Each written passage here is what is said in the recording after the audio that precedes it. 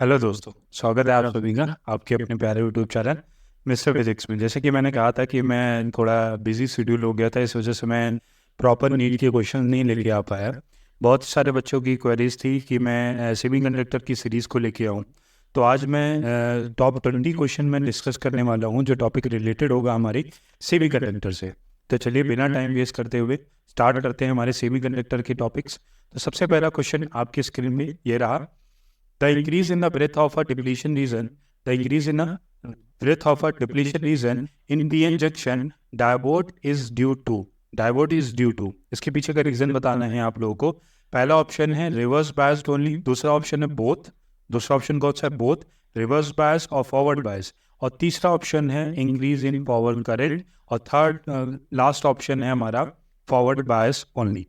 तो आप लोग को 1 मिनट के लिए वीडियो पॉज करिए और फिर थोड़ा सा सोचिए कि इसके पीछे का रीजन क्या है। कि क्वेश्चन बोला जा रहा है कि increase in the breadth of a depletion region in PN junction diode is due to, किस वजह से होता है, किस वजह से होता है? कौन सा ऑप्शन सही होगा? Option number first. क्यों? क्योंकि जब रिवर्स बायसिंग होती है, तो रिवर्स बायसिंग का अगर मैं डायग्राम बनाता हूं तो ये हमारा क्या होता है, इसका डिप्लीशन रीजन होता है। तो इसमें इलेक्ट्रिक डायरेक्शन जो होती है फ्लो की, वो अपोजिट डायरेक्शन में होती है। इस वजह से जो डिप्लीशन रीजन होता है वो क्या करता है? इंक्रीज होता है। डिप्लीशन रीजन क्या करता है? इंक्रीज करता है। ठीक है, तो ऑप्शन नंबर कौन सा होगा? फर्स्ट हमारा। क्वेश्चन नंबर सेकंड की तरफ पढ़ते हैं। An LED is constructed from a PN junction diode using a GA, germanium, arsenic, phosphorus। ठीक है, द एनर्जी गैप जो दिया गया है, एनर्जी गैप की वैल्यू जो दी गई है, एनर्जी गैप की वैल्यू कितनी दी गई है? 1.9 इलेक्ट्रॉन वोल्ट दी गई, 1.9 इलेक्ट्रॉन वोल्ट दी गई है। The wavelength of light emitted will be equal to, हमें इमिटेड ऑफ लाइट बताना है कितना इमिट होगा। तो हम सबसे पहले क्या निकालेंगे? वेवलेंथ। किसका निकालेंगे? वेवलेंथ। वेवलेंथ का फॉर्मूला क्या होता है? 12400 डिवाइडेड बाय क्या होगा? Energy gap. एनर्जी गैप कितना दिया गया है हमारा? 1.9, 1.9। तो 1.9 को इसको क्या करेंगे? हम डिवाइड करेंगे, 1.9 से डिवाइड करेंगे। तो जो एग्जैक्ट मेरा यहाँ पे सोल्यूशन सॉल्व करके आएगा, अगर मैं यहाँ से पॉइंट हटाता हूँ तो ऊपर एक और जीरो आ जाएगा, और इसको अगर हम डिवाइड करेंगे तो लगभग आता है 6 टाइम चला गया, और ये 5 टाइम्स, और 2 सॉरी एक सेकेंड, थोड़ा, हाँ, 6 टाइम्स चला जाएगा, फिर 5 टाइम्स जाएगा, फिर 2 टाइम्स जाएगा, फिर 6, हाँ, लगभग 6526 एंगस्ट्रॉम होगा। पर ऑप्शन में तो हमारा 6526 दिया नहीं है। तो अब क्या करें? एक ऑप्शन है जो इसके आसपास आ रहा है, अगर मैं इसको कन्वर्ट कर दूं नैनोमीटर के अंदर तो इसका ऑप्शन आ सकता है 654। राउंड ऑफ करके जब 65 पॉइंट समथिंग आएगा तो उसको राउंड ऑफ करके मैं 654 नैनोमीटर लिख सकता हूँ। तो ऑप्शन नंबर हमारा कौन सा सही हो जाएगा? ऑप्शन नंबर सी इसका सही हो जाएगा। ठीक है, ऑप्शन नंबर कौन सा सही हो जाएगा? ऑप्शन नंबर सी सही हो जाएगा। ठीक, आगे बढ़ते हैं थर्ड क्वेश्चन की तरफ। थर्ड क्वेश्चन थोड़ा लेंथी क्वेश्चन है, ध्यान से इसको पढ़िए फिर उसके बाद आगे बढ़िएगा। थर्ड क्वेश्चन बोला गया है, एक प्योर सिलिकॉन लिया गया है। क्या है?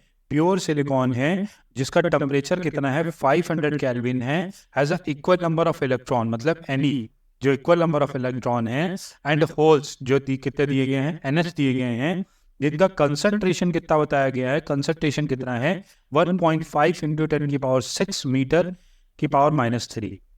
ठीक है, मीटर की पावर -3। और डोपिंग किसके द्वारा डोपिंग करी जा रही है? इंडियम की द्वारा करी जा रही है, जिसकी वजह से जो इंक्रीज कर रहा है इसका कंसंट्रेशन होल्स का, वो कितना हो गया? 4.5 इंटू 10⁻22 मीटर की पावर -3। तो डोप्ड सेमीकंडक्टर क्या होगा? कौन सा सेमीकंडक्टर डोप्ड सेमीकंडक्टर होगा? वो हमें निकालना है इसमें। ठीक है, चलिए स्टार्ट करते हैं। अब पहला ऑप्शन दिया गया है n type with electron concentration n e is two, सबसे पहले रखते हैं फॉर्मूला। कंसंट्रेशन का फॉर्मूला क्या होता है? NI² is two electron concentration और होल्स कंसंट्रेशन। जो हमारा दिया गया है सिलिकॉन, उसमें जो स्टार्टिंग में दिया गया है कंसंट्रेशन वो कितना है? 1.5 इंटू 10 की पावर कितना दिया गया है? 16। 1.5 इंटू 10 की पावर 16 है, और हमें निकालना किसका है? इलेक्ट्रॉन का ही कंसंट्रेशन निकालना है, और होल्स का कंसंट्रेशन कितना दिया गया है? 4.5 इंटू 10⁻²2। ठीक, अब ये वाला 4.5 क्या हो जाएगा यहाँ से? डिवाइड हो जाएगा। तो एनी की वैल्यू क्या आ जाएगी, मैं यहाँ लिख देता हूँ शायद, एनी कितना आ जाएगा, एनी इज इक्वल टू कितना हो जाएगा, एनी कितना आ जाएगा हमारा, एनी इज इक्वल टू कितना आ जाएगा 1.5 इंटू 10 की पावर 16, 10 की पावर कितना आ गया 16, और इसका होल डिवाइड बाय कौन जाएगा, होल डिवाइड बाय कितना जाएगा, थोड़ा आगे पीछे लिख रहा है तो उसको थोड़ा माइंड मत करिएगा, थोड़ी प्रैक्टिस मैं भी कर रहा हूँ पेन टैब पे लिखने की। तो देखो इसको मैंने सॉल्व किया, पॉइंट से पॉइंट क्या हो जाएगा, डायरेक्ट कैंसिल हो जाएगा। 45 15 3 कितना होता है 45 होता है, 15 3 कितना होता है 45 होता है।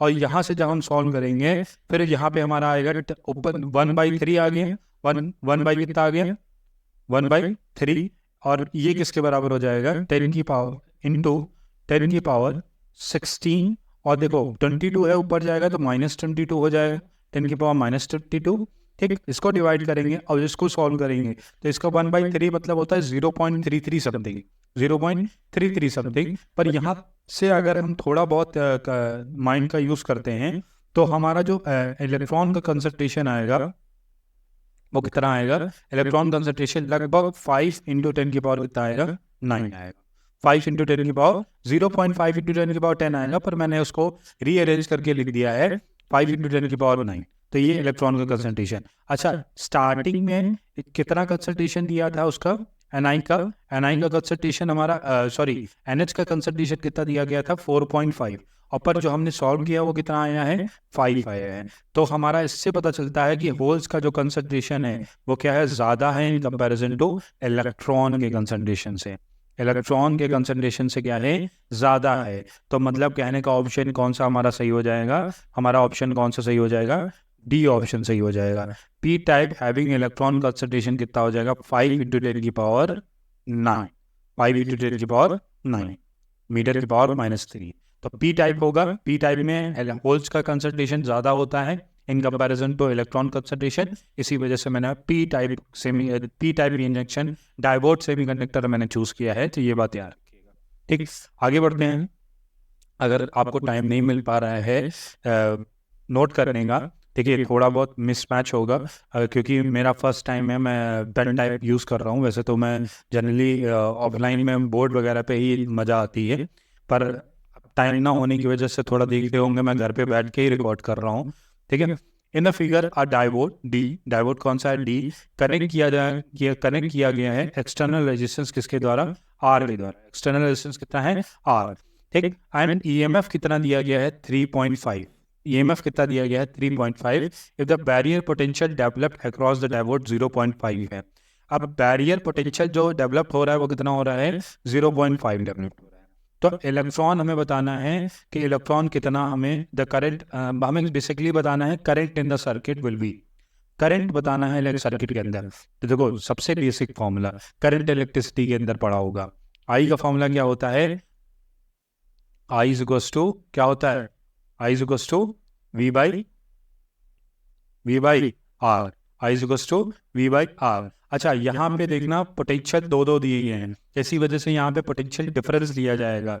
पोटेंशियल डिफरेंस किसका 3.5 माइनस किसका 0.5 का, और डिवाइड करेंगे रेजिस्टेंस कितना था हमारे पास, रेजिस्टेंस कितना है 100 ओम, रेजिस्टेंस कितना है 100 ओम। तो यहाँ से जब सॉल्व करेंगे 3.5 से ये जाएगा तो बचेगा हमारे पास 3/100, कितना बचेगा 3/100। और 3/100 को जब हम डिवाइड करेंगे तो देखो 3/100 को जब हम डिवाइड करेंगे तो ये लगभग हमारा कितना आएगा, यहाँ ऑप्शन हमें सेटिस्फाई करना है तो 30 mA के बराबर आ जाएगा। किसके बराबर आ जाएगा 30 में, यहाँ अगर दिख नहीं रहा है तो किसके बराबर हो जाएगा, ये 30 mA के बराबर हो जाएगा, किसके 30 में। तो ऑप्शन कौन सा हमारा सही हो जाएगा, यहाँ से कौन सा ऑप्शन हो जाएगा हमारा, अरे आ जाओ नीचे, option number B, option number B हमारा क्या हो जाएगा सही हो जाएगा, ठीक है। करंट का फॉर्मूला रखना है V by R, difference potential difference divided by resistance करना है, सॉल्व करेंगे 30 mA आएगा, 30 mA ऑप्शन में है तो 35 आ नहीं सकता। इतना टाइम आपके पास रहेगा नहीं एग्जाम के अंदर कि आप बैठ के मैथ कैलकुलेशन 130 3/10 करेंगे तो 3/10 को जब डिवाइड करोगे तो तुम्हारा लगभग कितना आएगा 0.03 आएगा, कितना आएगा 0.03 आएगा। 0.03 ये आएगा। अब इसको एमए में कन्वर्ट करना है तो लगभग कितना आ जाएगा, 30 आ जाएगा। ठीक, आगे बढ़ते हैं क्वेश्चन नंबर 5 की तरफ। इन एन टाइप, इसको थोड़ा करेक्शन कर लीजिएगा। इन n type semiconductor which of the following statement is true. बहुत ही आसान क्वेश्चन, ऐसे क्वेश्चन मिल जाए तो बल्ले बल्ले। ठीक, तो किस एन टाइप में कौन सी स्टेटमेंट हमारी सेटिस्फाई हो रही है। तो चलिए एक एक करके स्टेटमेंट पढ़ते हैं, क्या क्या स्टेटमेंट दी गई हैं।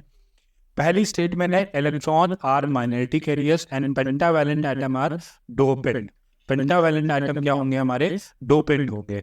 और दूसरा ऑप्शन है, ये तो कुछ हमें माइनॉरिटी, इलेक्ट्रॉन माइनॉरिटी में कुछ समझ में नहीं आ रहा है। हाँ, बी ऑप्शन जब मैं पढ़ता हूँ, holes are minority carriers and pentavalent atom are dopant. Pentavalent atom क्या होंगे हमारे, पेंटावैलेंट एटम क्या होंगे, डोपेंट होंगे। पेंटावैलेंट एटम क्या होंगे, डोपेंट होंगे। तो ये कंडीशन सेटिस्फाई, स्टेटमेंट सेटिस्फाई हो रहा है।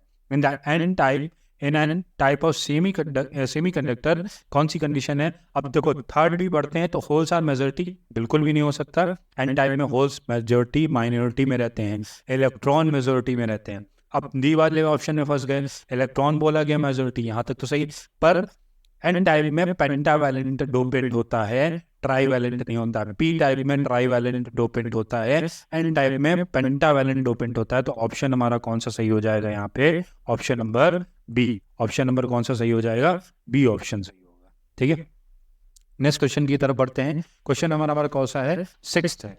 6th में क्या बोला गया है, in an unbiased PN junction holes diffuse from the P region to N region because of. In an unbiased, एक बार फिर से पढ़ते हैं, in an unbiased PN junction holes diffuse from the P region to the N region because. उसके पीछे का reason क्या होता है। देखो अगर मैं यहाँ बात करूँ, किसकी बात करूँ, कंसंट्रेशन ऑफ होल जो किसके अंदर, पीएन जंक्शन में, पी रीजन के अंदर, P to the N region. अगर मैं पी रीजन की बात करता हूँ, किसकी, पी रीजन की बात करता हूँ, सिर्फ पी रीजन की बात करता हूँ, तो कंसंट्रेशन ऑफ होल जो होता है, मतलब NH बदलो या CH, कंसंट्रेशन ऑफ होल है वो ग्रेटर होता है कंसंट्रेशन ऑफ इलेक्ट्रॉन के। याद है अभी मैंने पहले क्वेश्चन, पहले या दूसरे क्वेश्चन में। और एन रीजन की बात करें अगर, एन रीजन की, तो यहाँ पे क्या होता है, कंसंट्रेशन ऑफ इलेक्ट्रॉन ग्रेटर होता है concentration of hole. Concentration of electron greater होता है किसके, होल्स के। अब एक एक करके ऑप्शन को पढ़ते हैं। सबसे पहला ऑप्शन है the potential difference across P N junction, इससे कोई लेना देना नहीं, पोटेंशियल डिफरेंस का कोई नहीं। बी ऑप्शन है the attraction of free electron in region, कुछ नहीं बनना है। सी ऑप्शन पढ़ते हैं the higher hole concentration in B reason.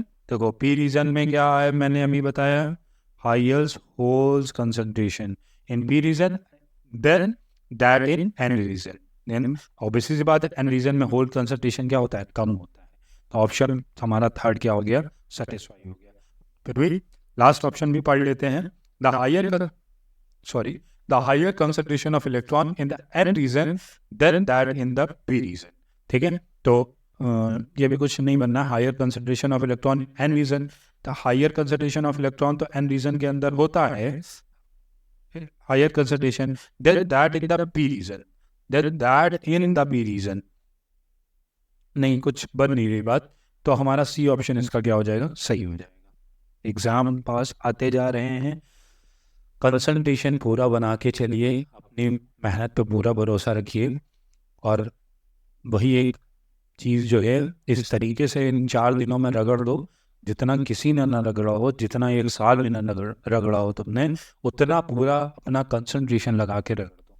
Physics का पेपर जितना हो सके उतना अच्छी तरीके से सॉल्व करके आना, बिना हाइपर के, ये बात याद रखिएगा। ठीक है, हाइपर जाएंगे तो फिजिक्स का पेपर ख़राब हो जाएगा आपका। अब आगे बढ़ते हैं क्वेश्चन नंबर 7 की तरफ। क्वेश्चन नंबर 7 हमारा दिया गया है, पीएन फोटो डायोड है। कौन सा है, पीएन फोटो डायोड है, is are fabricated from the semiconductor with a band gap. कितना दिया गया है हमारा, हम लिख लेते हैं यहाँ पे, जो हमारा बैंड गैप है, आदत पड़ जाएगी धीरे धीरे लिख के पेन गैप की। 2.5 इलेक्ट्रॉन वोल्ट दिया, बैंड गैप कितना दिया गया, 2.5 2.5 इलेक्ट्रॉन वोल्ट। अब आगे क्या बोला गया है, डिटेक्ट करना सिग्नल ऑफ वेवलेंथ। मेरा सिग्नल ब्रेक हो रहा है, ठीक है। सिग्नल ऑफ वेवलेंथ हमें निकालना है, क्वेश्चन नंबर 7 है। अब सिग्नल ऑफ वेवलेंथ हमें निकालने के लिए हमें क्या करना पड़ेगा, यहाँ पे हमें क्या करना पड़ेगा, लैम्डा मैक्सिमम की वैल्यू निकालनी पड़ेगी। लैम्डा मैक्सिमम की वैल्यू क्या होती है, SC/E पुट करते हैं। Lambda maximum is equal to SC कितना होता है, 6.6 इंटू 10 की पावर सॉरी कितना होता है 6.6, ये फिर से थोड़ा एक मिनट, थोड़ा मैं इसको रिफ्रेश मार दूं एक बार। रिफ्रेश मारने से हमारा ये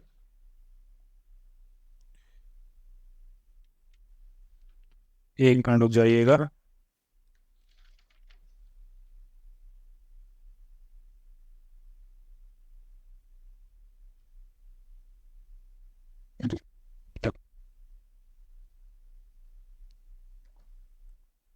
हाँ, ये हो चुका है। अब देखिए आगे बढ़ते हैं।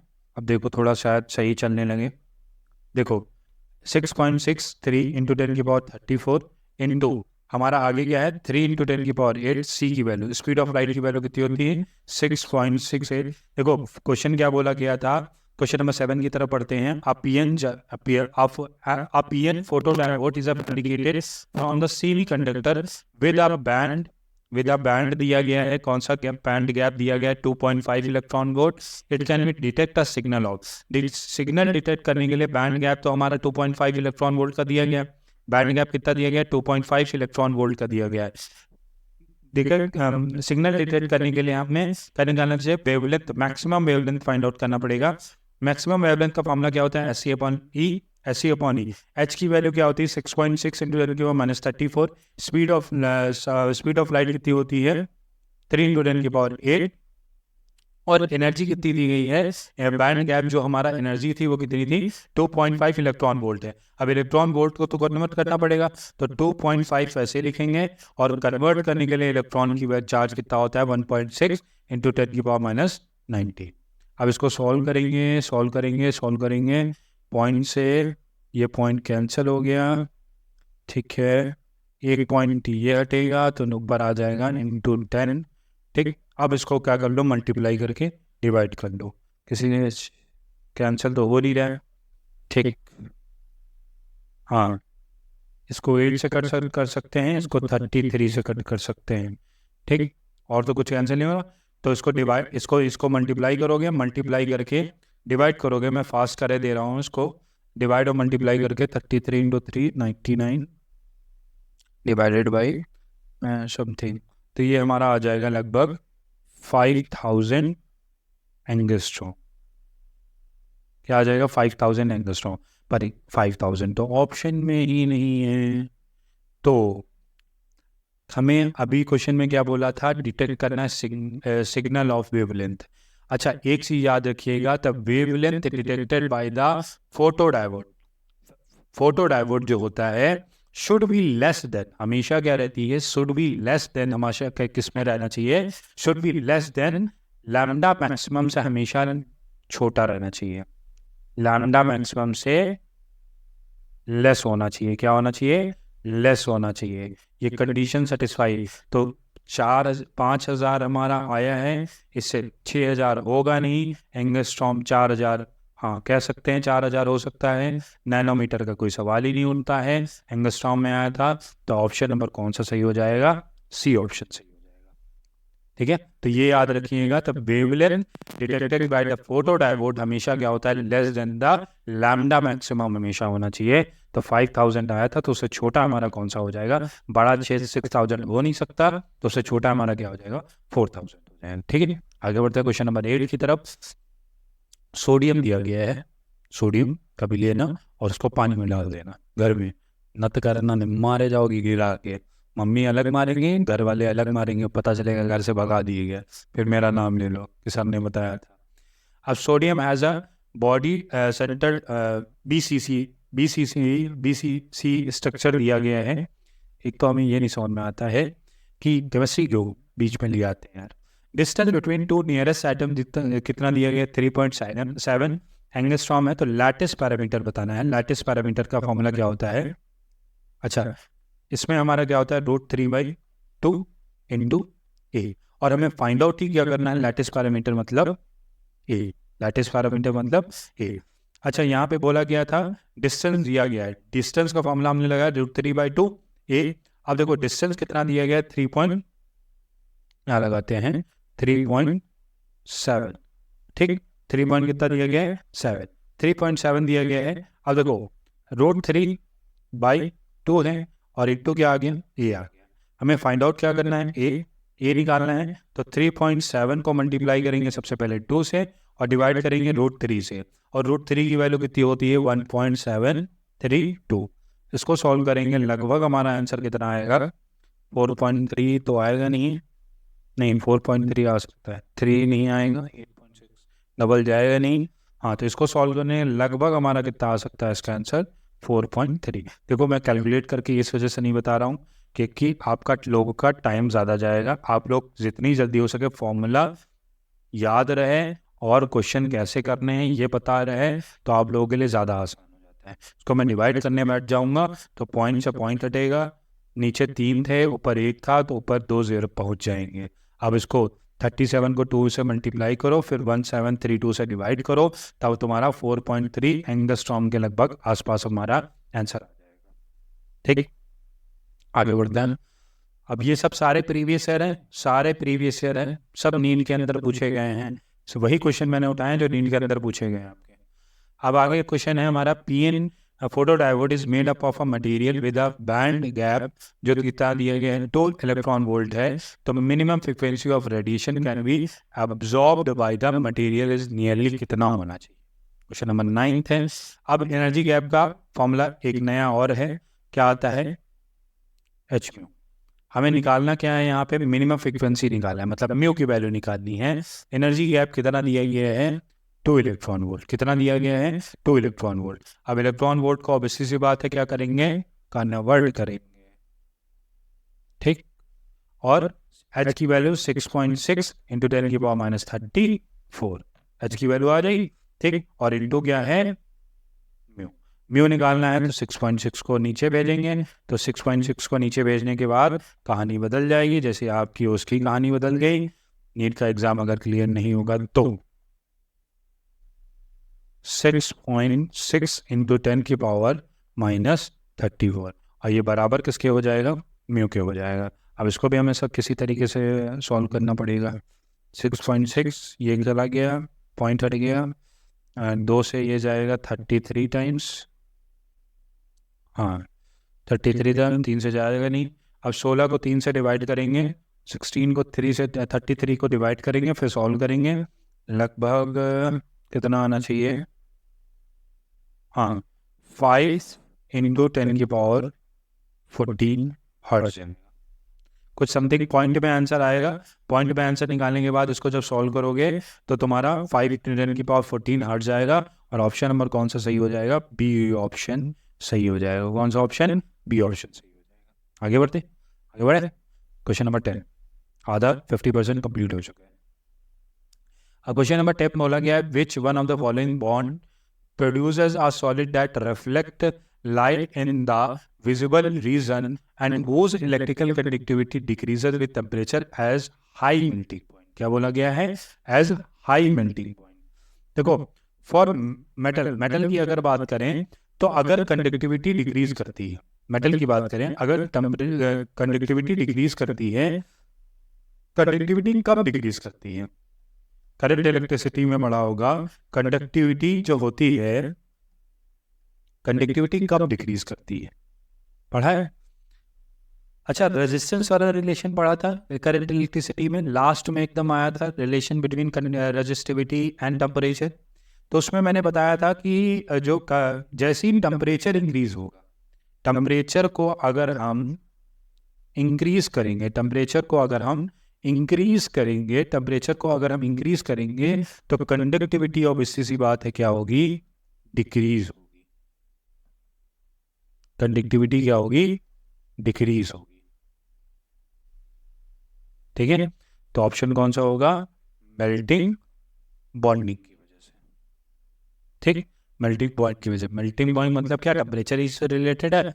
ठीक, वंडर वॉल बॉन्डिंग कोई मतलब है नहीं, आयनिंग बॉन्डिंग कोई मतलब नहीं, कोवलेंट बॉन्डिंग कोई मतलब नहीं, कोई बॉन्डिंग थोड़ी ना हो रही है यहाँ पे। अब मेल्टिंग पॉइंट बोला गया है तो मेल्टिंग बॉन्डिंग होगा। ठीक, ऐसे भी धीरे से आप लगा सकते हो, और तुक्का लगाना हो अगर आपको। ठीक है,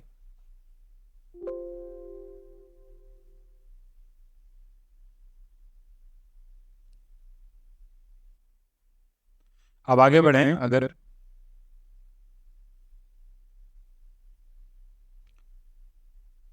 हाँ, अब नेक्स्ट क्वेश्चन कौन सा है हमारा? In full wave, question number 11 है, in a full wave rectifier current circuit is operating from 50 hertz means the fundamental frequency in the ripple will be कितना होगा? ठीक, अब अगर इन केसेस में देखें, एक मिनट,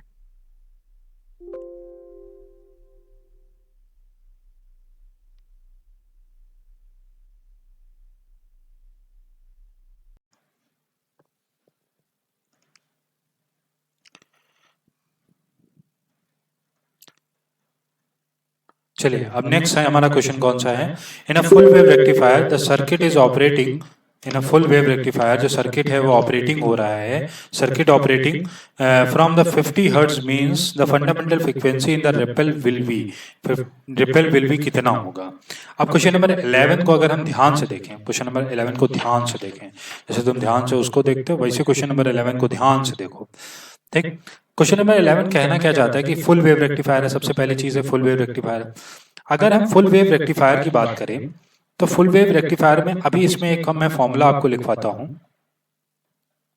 फंडामेंटल, देखो धीरे धीरे थोड़ा हमारा ठीक हो रहा है, राइटिंग मस्त हो रहा है, बढ़िया एकदम जमाना। फंडामेंटल जो फ्रीक्वेंसी होती है वो 2 टाइम्स होती है किसके? मेन फ्रीक्वेंसी के। फंडामेंटल फ्रीक्वेंसी जो होती है वो 2 टाइम्स होती है किसके? मेन फ्रीक्वेंसी के। ठीक, और अगर मैं मेन फ्रीक्वेंसी हमारी यहाँ पे कितनी दी गई है? 50 हर्ट्ज, तो 2 इंटू 50 करेंगे तो आंसर कितना आ जाएगा? 100 हर्ट्ज। यही हमारा क्या हो जाएगा? आंसर। तो आंसर क्या हो जाएगा? Option number A. Option number कौन सा हो जाएगा? ए।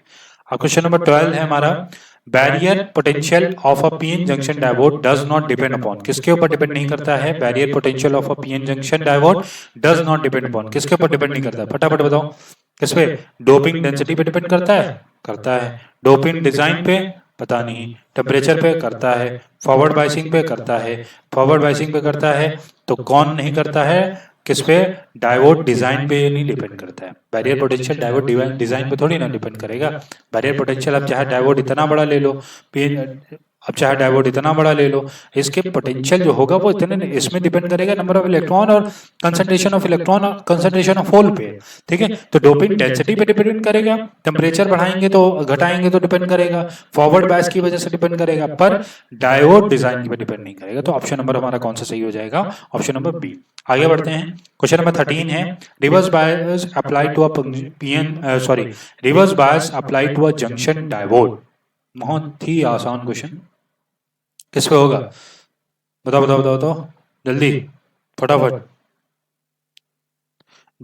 Reverse bias apply to a junction diode किस पे होगा?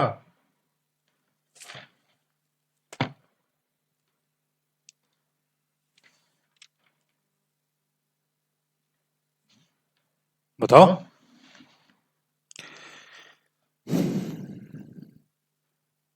किस पे होगा? Increase in minority carriers, lowers the potential barriers, rises the potential barriers, increase in the majority carriers current.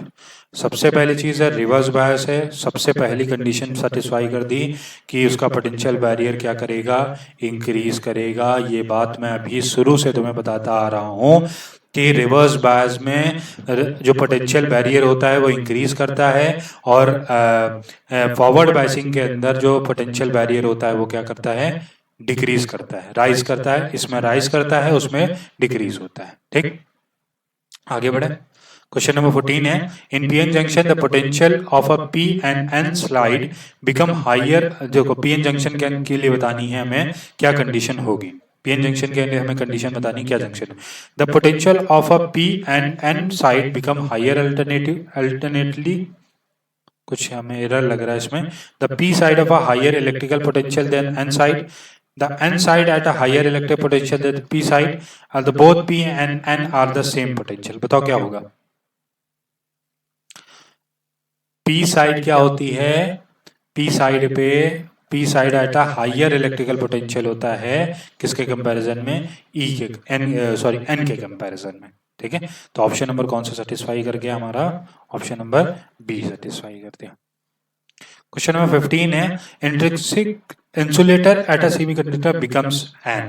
देखो intrinsic semiconductor becomes an 0 degree Celsius, सबसे क्या है केल्विन में कोई बात होगी नहीं।